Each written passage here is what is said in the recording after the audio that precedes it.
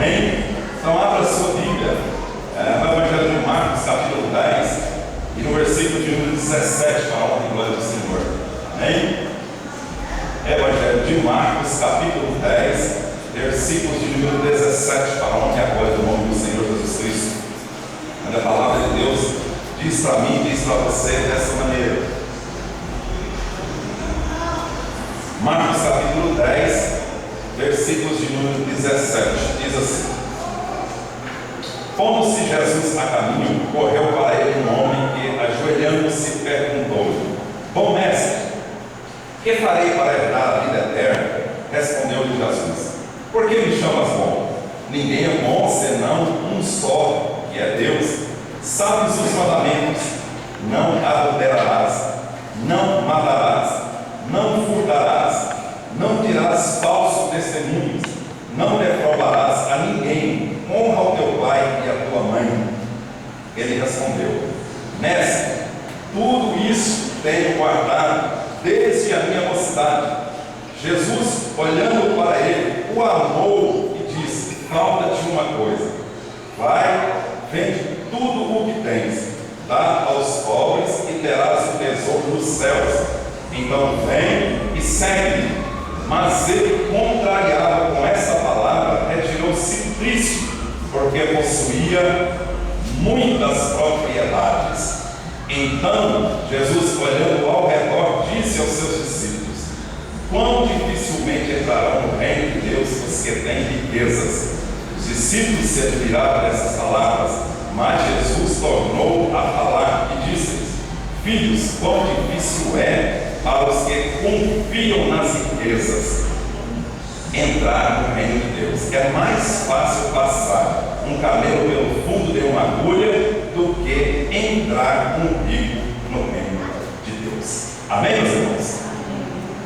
Palavra bem-vinda para mim e para você nessa noite, a todos nós, para um culto onde nós nos reunimos nessa noite para adorar, celebrar, glorificar e exaltar o nome desse Deus tão tremendo e tão glorioso que é Pai, Filho e Espírito Santo.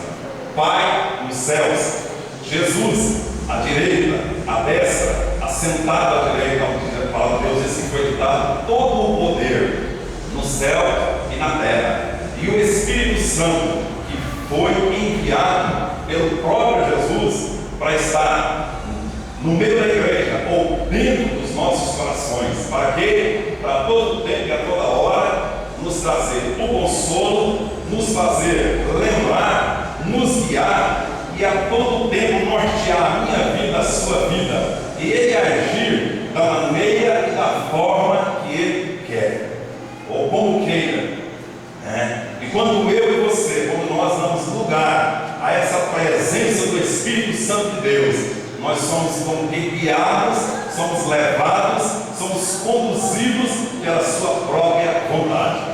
E é muito importante eu e você poder fazer a vontade de Deus, fazer a vontade do Senhor, fazer aquilo que Deus realmente se agrada, aquilo que realmente Deus quer, aquilo que realmente Deus quer fazer na minha vida, na sua vida, na vida da igreja. Amém, meus irmãos? Então, olhando para essa palavra, meditando um pouco nela hoje, a respeito, falar um pouquinho a respeito da mocidade, falar um pouquinho a respeito de jovens, falar a respeito de nós, como cristãos, de homens de Deus, de mulheres de Deus, de servos de Deus. O Senhor me levou nessa palavra para falar com você e para falar com todos nós. E Ele me deu um título para essa palavra dizendo o seguinte: características do jovem rico e o impedimento de seguir a Jesus. Características daquele moço, daquele jovem, daquela pessoa, daquele que se chegou até os pés de Jesus. Como característica, nós entendemos algo que é peculiar a um objeto ou pessoa, ou as qualidades de uma pessoa, ou seja, aquilo que é realmente qualidade. Ou seja, então, característica é o mesmo que qualidade. A qualidade daquele moço, as características daquele jovem que chegou até a presença do Senhor Jesus Cristo. Eu nasci, você nasceu, nós nascemos e por isso nós estamos aqui. Cada um de nós temos determinadas características que só nós possuímos. Eu possuo uma, você possui outra, e as pessoas olham para nós e nos identificam por determinadas características que nós temos.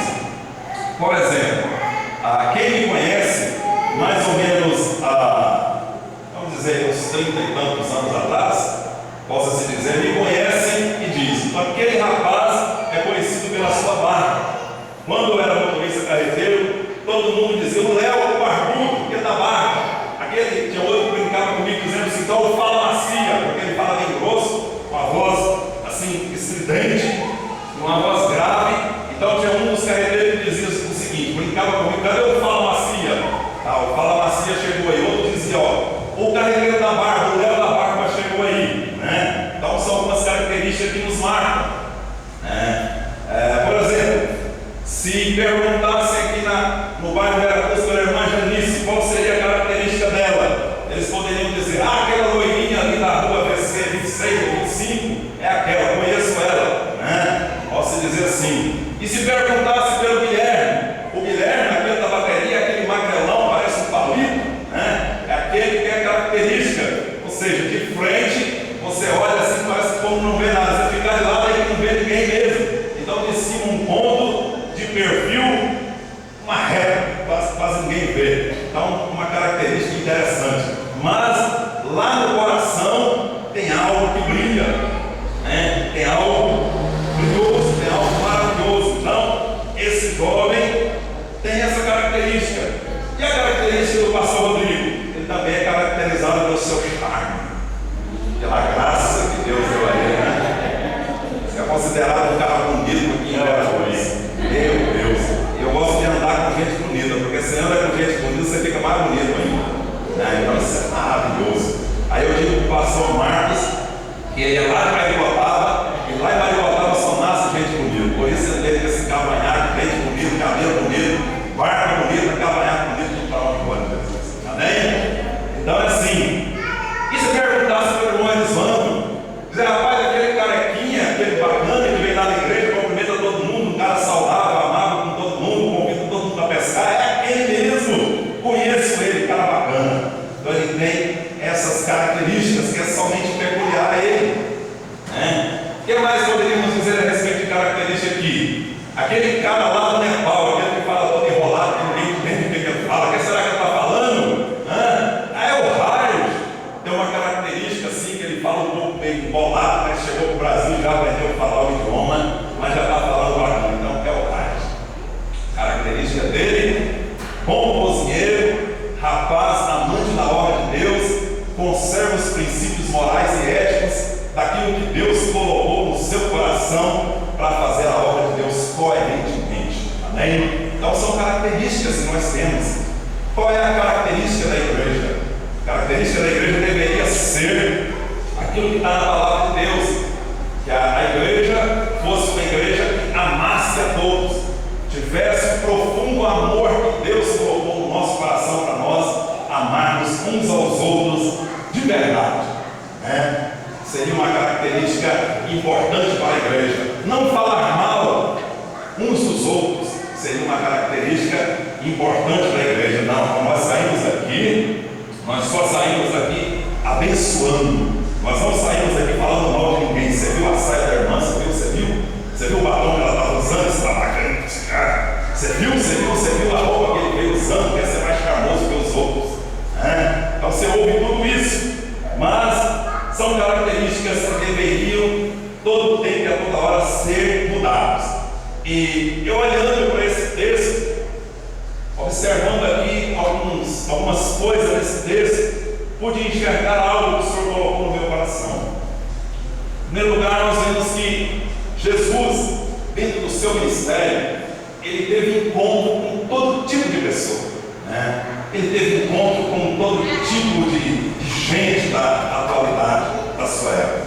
Então ele teve encontro com pessoas leprosas, ele teve encontro com pessoas endemoniadas, ele teve encontro com ladrões, ele teve encontro com salteadores, ele teve encontro com generais de exército, ele teve encontro com prostitutas, Ele teve encontro com pessoas da alta sociedade, da alta classe.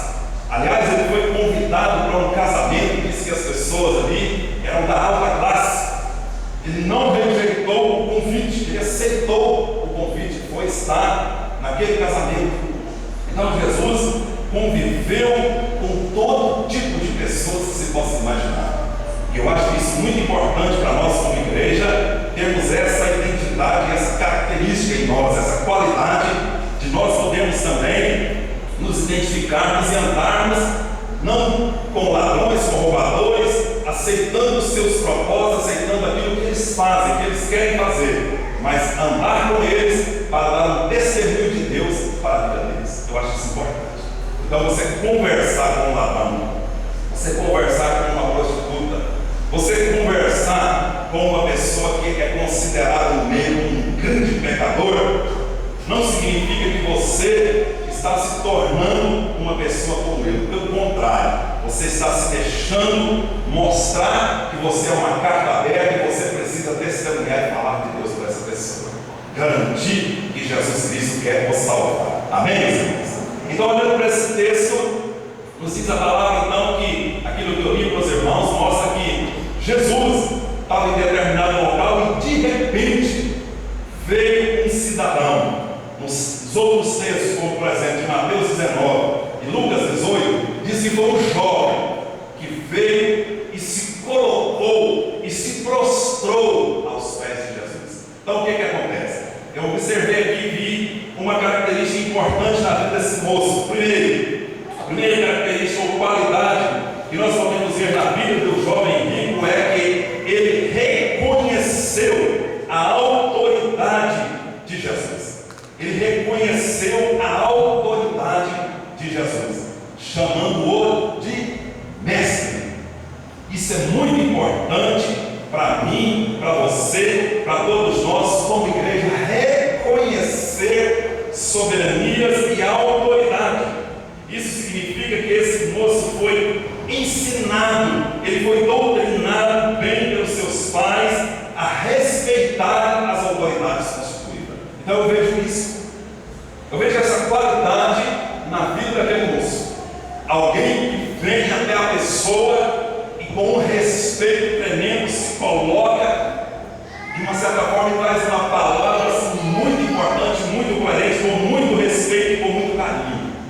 Eu e você, a igreja, mocidade, jovens, adultos, crianças, pais que estamos aqui nessa noite, nós, principalmente eu, na minha época, nós fomos ensinados a respeitarem os mais velhos, a respeitarem o professor, a respeitarem as autoridades constituídas, a respeitarem, como por exemplo, o delegado da cidade, o prefeito da cidade, o policial militar, o policial civil. Hoje, nós estamos aqui vivendo numa época onde as pessoas, eu olho e vejo que praticamente essa qualidade dos nossos filhos, dos nossos netos, das pessoas nos dias atuais, ela foi banida do meio. Não se tem mais respeito, perdeu essa qualidade, essa característica. E nós precisamos, como igreja, ensiná-los.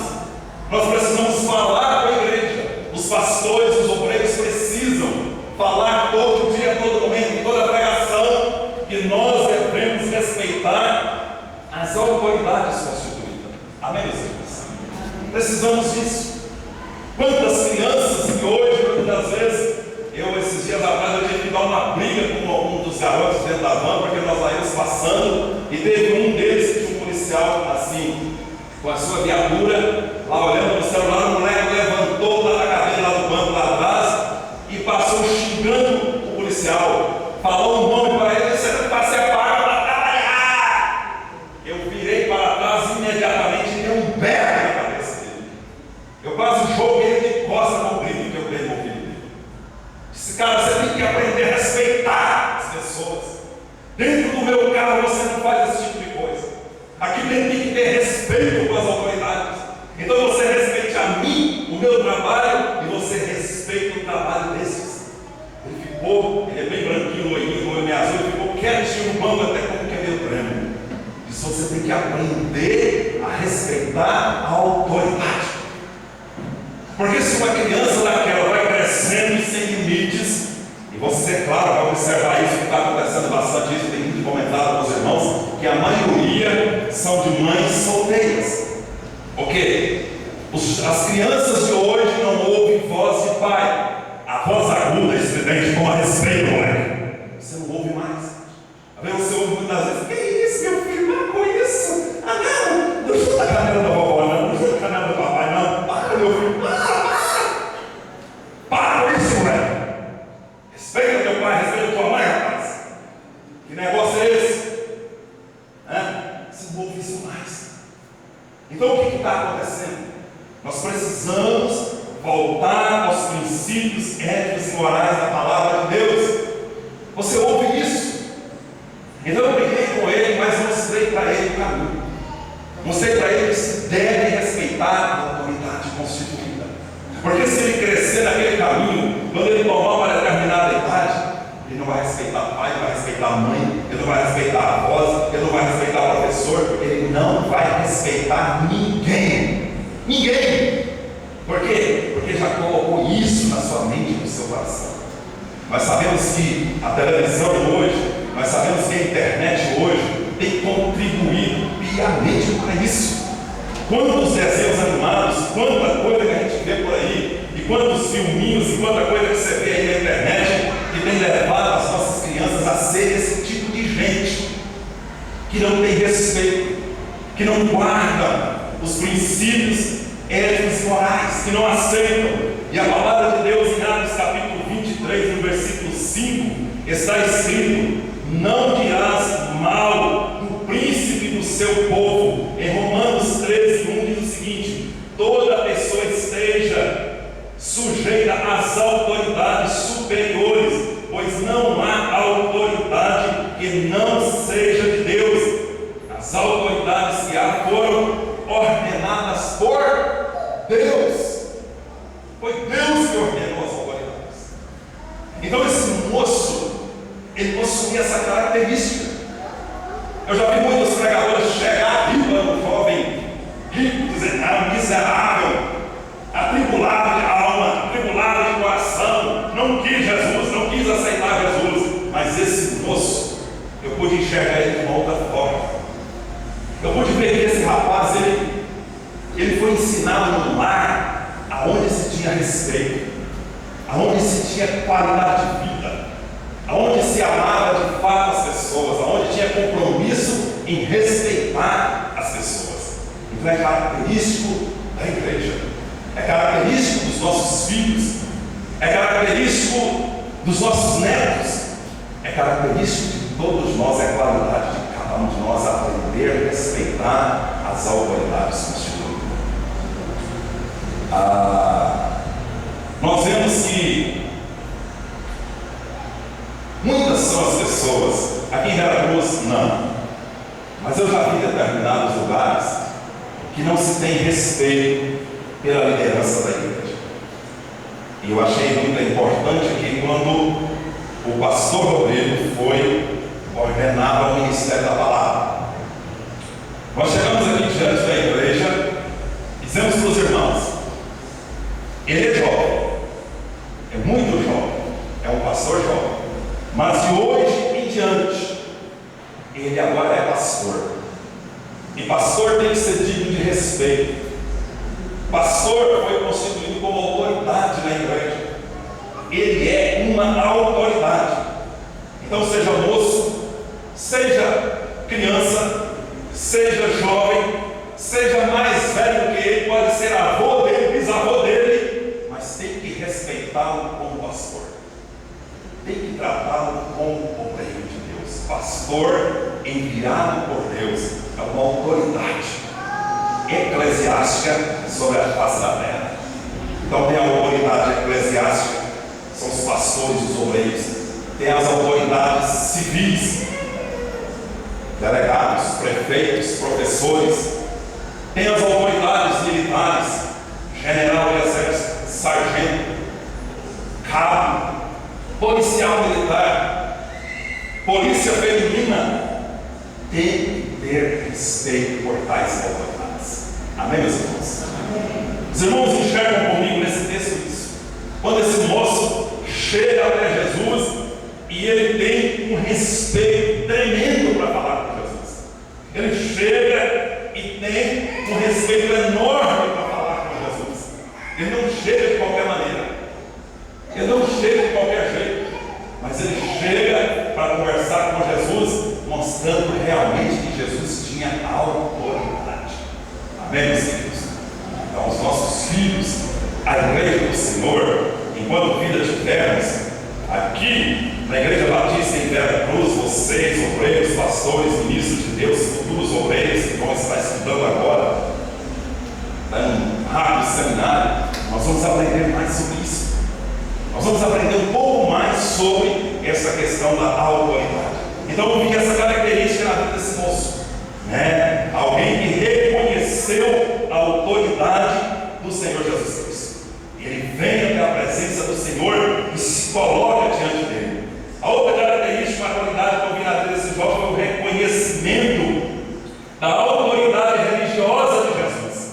É isso que eu estou falando com os irmãos. Então Jesus, segundo a palavra de Deus, ele era mestre, ele era Rabone e ele era Rabino, né? Se a gente for olhar no contexto judaico, no contexto hebraico da época, nós vamos aprender uma coisa interessante, que alguém, para ser como Jesus o era, como Jesus foi naqueles dias, deveria graduar-se, passar por vários ministérios, por vários trabalhos, por estudar, por aprender, para chegar a um determinado grau. E para chegar a um determinado grau, para ser chamado rabino, para ser chamado mestre, para ser chamado rabone, o camarada tinha que realmente ser expert no assunto que ele estava ministrando. Então Jesus foi chamado de mestre, de senhor, de rabino e foi chamado de rabone, né? E uma coisa interessante no conceito judaico que tinha na época: todas as mães daquela época, quando via um rabino, quando via um dessas autoridades eclesiásticas maiores, eles traziam seus filhos para que eles pudessem tocar neles e abençoar eles. Então o que nós vemos nesse texto é o seguinte: é que aquele moço chegou na presença de Jesus e ele fez o quê? Ele se lançou aos pés de Jesus. Ele se lançou com de joelhos, prostrou-se aos pés do Senhor. Ele aprendeu isso aonde? Não foi lá em casa, tenho certeza. Não foi lá em casa comigo, mas foi com os seus pais. Ele aprendeu com o pai que era o sacerdote do lar. Ele aprendeu com a mãe que era a sacerdotisa do lar. Ele aprendeu com seus parentes mais próximos que estavam ali naqueles dias, aprendendo todo o tempo cultuar a Deus. E nós precisamos ter também essa qualidade, essa identidade como servo de Deus. Aprender a respeitar, aprender a reconhecer a autoridade religiosa de alguém. É como eu disse aos irmãos aqui nessa noite: se eu respeito o pastor Rodrigo, eu também respeito o pastor Marcos, mas eu também respeito os diáconos aqui constituídos, eu também respeito aqui os presbíteros aqui da igreja, eu também respeito aqui os missionários aqui da igreja, mas eu respeito também os jovens que trabalham aqui na música também, que são ministros de louvor diante de Deus.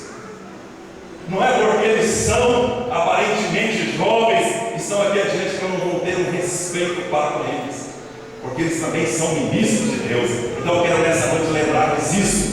Precisamos ter esse respeito e ter o reconhecimento da autoridade religiosa. Em Marcos 10:17 diz que o jovem veio e se ajoelhou. Outros dizem que prostrou. Se ajoelhar, prostrar é como que uma coisa só, é você se colocar na posição de humilhar-se na presença de tal. De humilhar-se na presença de tal pessoa. Então esse jovem também, eu vejo que ele foi ensinado pelos pais a isso. Ele foi levado a aprender com seus pais todo o tempo. E na palavra de Deus, nós vamos ver também um jovem muito importante da Bíblia, que é o próprio Senhor Jesus. O próprio Senhor Jesus. A palavra de Deus diz que quando ele tinha 12 anos, aonde é que ele estava? Certo dia, ele estava no templo. Ele havia aprendido que ele deveria estar buscava, ele estava lá no templo conversando com os doutores, com os sábios, com os sacerdotes, com os obreiros. Jesus estava no templo, aprendendo um pouco mais. Então isso é muito importante para mim e para você. Ensinar a igreja, ensinar os nossos filhos, e nós devemos sim aprender a ter respeito com as autoridades, aprender a ter respeito especialmente com as autoridades religiosas constituídas por Deus. Olha só, em 1 Tessalonicenses capítulo 5, versículo de número 12, versículo de número 13, está escrito assim: agora vos rogamos, irmãos, que reconheça os que trabalham entre vós e os que presidem sobre vós no Senhor e vos admoestam, tratai-os com grande estima e amor por causa da sua obra. Amém, meus irmãos? Sabe o que é isso? Tratar com grande estima, com amor, é algo tremendo, é algo superior, é algo que excede você poder tratar alguém com grande estima. Então os obreiros da igreja, as pessoas, os pastores, os ministros de Deus, deveriam ser tratados com grande estima pelas crianças, pelos jovens, pelos adultos, pelos senhores e pelas senhoras. Amém, meus irmãos? Eu não estou trazendo nada disso para mim, eu não quero nada disso para mim mesmo, mas eu estou trazendo para nós como igreja. Nós estamos trazendo isso aqui para nós como servos de Deus, como filhos de Deus. Em 1 Timóteo capítulo 5, verso 17 também diz o seguinte: os presbíteros que governam bem sejam estimados por dignos de duplicada honra, principalmente os que trabalham na palavra e no ensino. Amém? Nós temos mestres, nós temos pastores, nós temos doutores, nós temos apóstolos, nós temos evangelistas, nós temos vários tipos de obreiros da igreja. A palavra de Deus me ensina e fala comigo e fala com você que esses devem ser dignos de duplicada honra. Amém, meus irmãos? Duplicada honra. Pastor, mas só para os obreiros e as esposas de pastores não deveriam também ser tratadas com duplicada honra, principalmente no meu batista, que às vezes as mulheres dos pastores não são tão vistas assim? Muito bem lembrado, o Espírito Santo nos fala ao coração nesse momento que essas também deveriam e devem ser tratadas também com duplicada honra por estar ao lado dos seus maridos, ajudando na obra de Deus, trabalhando para ver o ministério, para ver a obra constituída, caminhar bem. É isso que Deus quer para a igreja, é isso que Deus quer para nós como cristãos. Poucos dias atrás, o pastor Alex, que é o presidente atual da UNIEG do estado aqui do Goiás, ele levou um assunto para a convenção nacional, para que os filhos dos pastores, pelo menos, pudessem ser lembrados pela igreja nos seus aniversários. Então, alguns pastores ficaram se preocupados na hora, tal, um assunto um pouco palpitante, um assunto como que preocupante também, mas imediatamente teve algo que mexeu com todo mundo na hora, né? Uma repercussão maior. Repercutiu tanto que agora já foram falados já em nível nacional que se lembrem dos filhos dos pastores, principalmente nos seus aniversários. Ou seja, quando se trata o pastor, o obreiro de Deus, com dupla honra, e quando se trata a esposa dos pastores com duplicada honra, deveriam se tratar pelos filhos dos pastores com dupla honra também. Amém, meus irmãos? Deveriam se tratar. Por quê? Porque os pais também foram ensinados, estão sendo ensinados pelos seus pais, para que eles aprendam e para que eles ensinem a posterior outras vidas, outras pessoas. Porque esses também vão ser ensinados, eles vão ensinar outras pessoas a respeitarem uns aos outros e a respeitarem as autoridades eclesiásticas constituídas. Esse moço, ele colocou aos pés de Jesus, ele se humilhou de uma forma interessante. Disse: mestre, disse Rabone, ele disse: Senhor, eu me venho até a tua presença, eu me lanço aos teus pés para te perguntar o que é que eu faço para herdar a vida eterna. O que é que eu faço para entender um pouco mais a respeito da vida eterna. Então ele se colocou nessa posição, mesmo sendo rico, mesmo sendo de grande fama, posso dizer assim, quem sabe as pessoas, seus pais, sua família, poderia ser de um conhecimento profundo, conhecido pela sociedade, pelo meio, mas ele se coloca nessa posição, ele se prostra aos pés de Jesus e lança essa palavra. Aí eu aprendo mais uma coisa.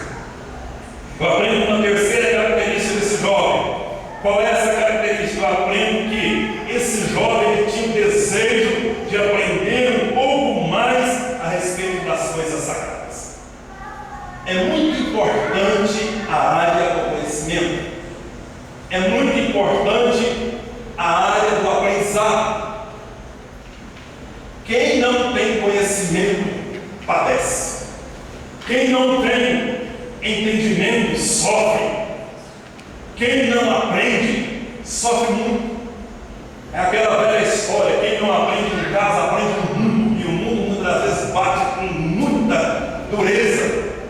Sofre muito tais pessoas que não aprendem dentro do seu lar, ou talvez não aprendem consigo mesmo, ou talvez não aprendem com aquilo que podemos dizer com a palavra de Deus. Precisamos aprender. Então esse moço, eu vejo essa característica profunda nele. Ele chega à presença de Jesus, lança seus pés, se humilha e ele faz uma pergunta: o que é que eu faço para herdar a vida eterna? Quem poderia responder isso para ele? Você, qual seria a sua resposta se alguém se lançasse aos seus pés e dissesse para você: eu estou vivendo um momento tenebroso da minha vida, acho que vou morrer a qualquer momento, vou com uma doença terminal, vou me acabar a poucos momentos, tomei um tiro de bala de carabina 44, não tenho poucos minutos de vida, o que é que eu faço para herdar a vida eterna? Qual seria a sua resposta? O que é que você diria para tal pessoa? O que você falaria para tal? Qual seria a sua mensagem nesse momento? Qual seria a sua mensagem? Então nós precisamos conhecer. Então nós precisamos aprender. Então nós precisamos saber o que de fato é o que vamos dizer para determinadas pessoas. Em Marcos capítulo 10, então, esse moço chega para Jesus e faz essa pergunta: que farei para herdar a vida eterna? Eu entendo essa característica desse moço como alguém que quer aprender. Nós somos convidados aqui todos os domingos para estar aqui no culto de terça-feira, para aprender a palavra de Deus. Na história antiga, se nós formos olhar, você vai ver que as sinagogas eram o lugar aonde se vinham as pessoas para quê? Para o aprendizado. Não era culto praticamente dito, era um aprendizado, era um lugar onde vinha para se aprender a palavra de Deus. E segundo a palavra de Deus, Jesus era um frequentador desse local. Nas sinagogas, Jesus estava lá para aprender.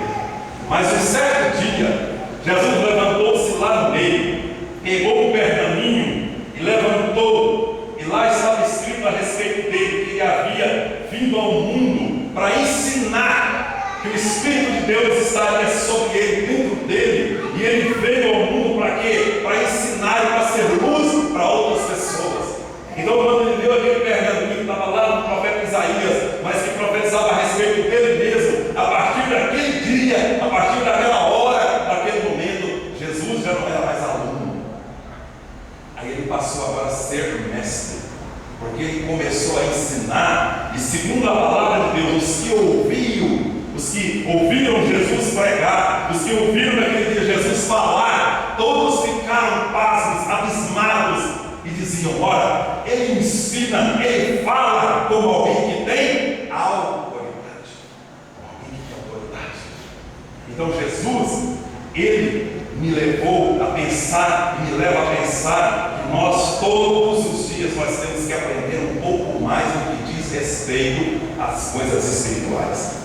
Aquele jovem queria aprender, aquele jovem queria conhecer mais, aquele jovem queria conhecer um pouquinho mais a respeito disso. Em Provérbios 22:6 diz aquela palavra interessante para mim e para você, né? Instrui o menino no obedecer, não se desviará. Ele não vai desviar do caminho. Ensina o menino no caminho que deve andar, e mesmo quando ficar velho, nunca vai esquecer. Com essa palavra de Deus para mim e para você. Em Provérbios 17 diz o seguinte: o temor do Senhor é o princípio do conhecimento, mas os loucos desprezam a sabedoria e a instrução. Não queira ser chamado de louco, não queira ser chamado de maluco. Louco é aquele que não tem o entendimento, louco é aquele que não tem conhecimento, mas eu e você somos chamados a conhecer. Então busque aprender. Deixe essa característica que estava na vida do moço lá há 2000 anos atrás entrar no seu coração, entrar no nosso coração. Apaixone-se pela área do conhecimento, apaixone-se pela graça de Deus de poder nos instruir, nos ensinar, porque o meu povo perece por falta de conhecimento. O povo perece porque eles faltam conhecimento, e a palavra de Deus para mim e para você. Então, jovem, teimoso, moça teimosa, que não gosta de estudar de jeito nenhum, pega lá o caderno, chuta o caderno, pega a borracha, morde a borracha, quebra a ponta do lápis do dente, pega a caneta, quebra no meio e joga fora, pega o caderno que o pai gastou dinheiro para comprar, pega a mochilinha bonitinha, bananinha de rodinha que seu pai comprou para você, e chata ela no chão e diz que não quer estudar. Não faça esse tipo de coisa. Apaixone-se pela área do conhecimento. Vá para a sua casa hoje, pega seus cadernos, pega seu livro, beija ele, apaixone-se pelos seus livros e apaixone-se pela palavra de Deus que traz instrução para mim e para você, que nos faz conhecermos mais a respeito de Deus. Amém? Se não, quantas crianças você vê fazer isso? Quantas crianças que a gente vê fazer esse tipo de coisa? Pega aquilo que o pai deu com muito amor, com muito trabalho e joga tudo fora, não quer saber de estudar, não quer saber de nada. Vai sofrer no futuro, vai ter uma vida miserável, vai ter uma vida sofrida, se não entrar na área do conhecimento, principalmente nos dias atuais e de agora por diante. Principalmente. Acabou aquele tempo do café da enxada, da receba enxada, fazia um serviço lá, ganhava por dinheiro. Não existe nem mais isso, mais não existe. Para você pegar um lote para limpar, o camarada vai perguntar para você: você tem o segundo grau?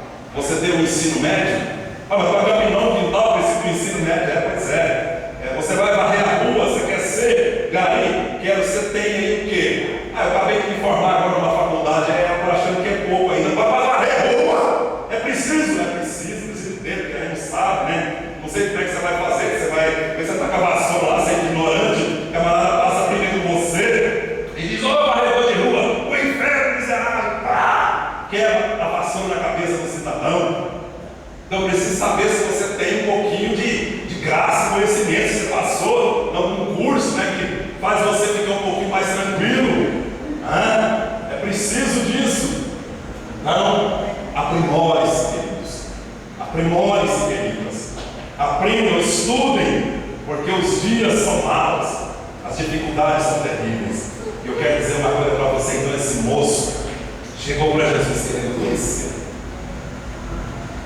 Diante da pergunta feita pelo jovem, a resposta de Jesus, surge uma dúvida e um impedimento na vida daquele moço quanto ao herdar a vida eterna. Ele nunca esperava na sua vida que ele ia ter uma resposta ou uma palavra que ia deixar ele numa situação como que ele saia justas, posso dizer assim. Então aquele moço pergunta para Jesus: o que eu faço para herdar a vida eterna? Qual foi a resposta de Jesus? Não mata, não rouba, não adultera, não prostitui, respeita pai e mãe, honra pai e mãe, ame a Deus sobre todas as coisas. Você faz isso? O moço, antes que Jesus pudesse falar mais alguma coisa, disse o quê? Tudo isso eu tenho guardado. Tudo isso eu tenho guardado. Eu não roubo, eu não prostituo, eu não mato, eu não faço isso, eu não faço aquilo outro, eu não faço. Então eu estou tranquilo, Jesus. Quem falta ainda para herdar a vida eterna? Mas só que Jesus trouxe uma palavra impactante ao seu coração. Ainda te falta uma só coisa. Uma só coisa. Vai, vende tudo que tem, dê aos pobres e vem e segue-me. O que aquele moço respondeu? Absolutamente nada. Foi como que passou um zíper na sua boca. Vá! Ele não falou mais nada. Só diz a palavra de Deus que a partir daquele momento ele se entristeceu. Entristeceu imediatamente. O que faltava na vida daquele moço? Qual é a resposta que você daria para esse moço? O que faltava na vida desse moço? O que é que faltava na vida desse moço vegetável? Aquilo que Jesus disse, aquilo que é princípio, aquilo que é primordial, que está em Marcos capítulo 12, verso 30 e 31. Amarás o Senhor teu Deus de todo o teu coração, e de toda a tua alma, e de todo o teu entendimento, e de todas as tuas forças. Amarás o teu próximo como a ti mesmo. Não há outro mandamento maior que esse. Ele sabia o decálogo de cor. A lei do Antigo Testamento, no que estava lá nos 10 mandamentos, ele sabia tudo de cor. É por isso que ele cumpria em parte todos eles. Mas faltava isso aqui que eu acabei de ler para você, que agora faltava amor a Deus e ao próximo. Segundo alguns historiadores, dizem que se de fato esse rapaz amasse, se ele tivesse o amor de Deus no seu coração, ele não pensaria, ele não duvidaria, titubearia, ficaria em dois pensamentos. Imediatamente ele sairia correndo com a alma alegre e feliz, dizendo: vou pegar o que tenho e vou dividir com os pobres. Toma, pobre. Toma aí. Ele simplesmente faria isso.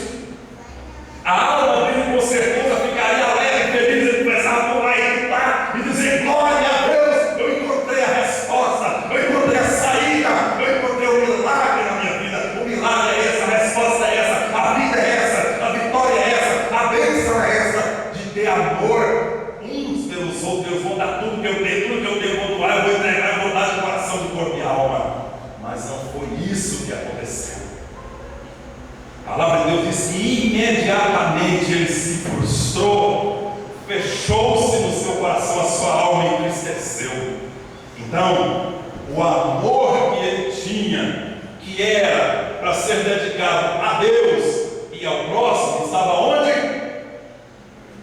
Num Deus chamado Mamon, que é o Deus das... Posso ouvir? Deus das riquezas, sem Deus. Então ele estava apaixonado, ele estava profundamente dedicado, ele estava com uma profunda paixão de corpo, alma e espírito, um amor tão profundo na grana, no dinheiro, nas finanças, que a sua alma, ao ouvir aquilo que Jesus falou, entristeceu-se imediatamente. E nós somos muitas vezes confrontados a isso também. Quantas vezes nós somos confrontados a amar o nosso próximo, amar o nosso irmão, amar as pessoas, e especialmente aqueles que nos fazem mal. Jesus disse: que valor tem, qual é o valor que tem você amar aqueles que te amam também? É recíproco, né? Você ama, o outro te ama também, mas amar o que não te ama, amar aquele que só te quer mal, amar aquele que só quer ver o seu fracasso, a sua derrota. Mas é isso que Jesus quer. É isso que Jesus quer na minha vida, na sua vida. É nós amarmos os nossos inimigos. Tem gente que já pensa imediatamente: eu amar Satanás? Mas de jeito nenhum. É claro que Jesus não está falando a respeito de amar Satanás, está falando a respeito daqueles que muitas vezes quer brincar com você, quer ver o seu mal, quer ver a sua derrota. Mas, entendendo uma coisa, as pessoas são criadas à imagem e semelhança de Deus. Às vezes os espíritos malignos, os demônios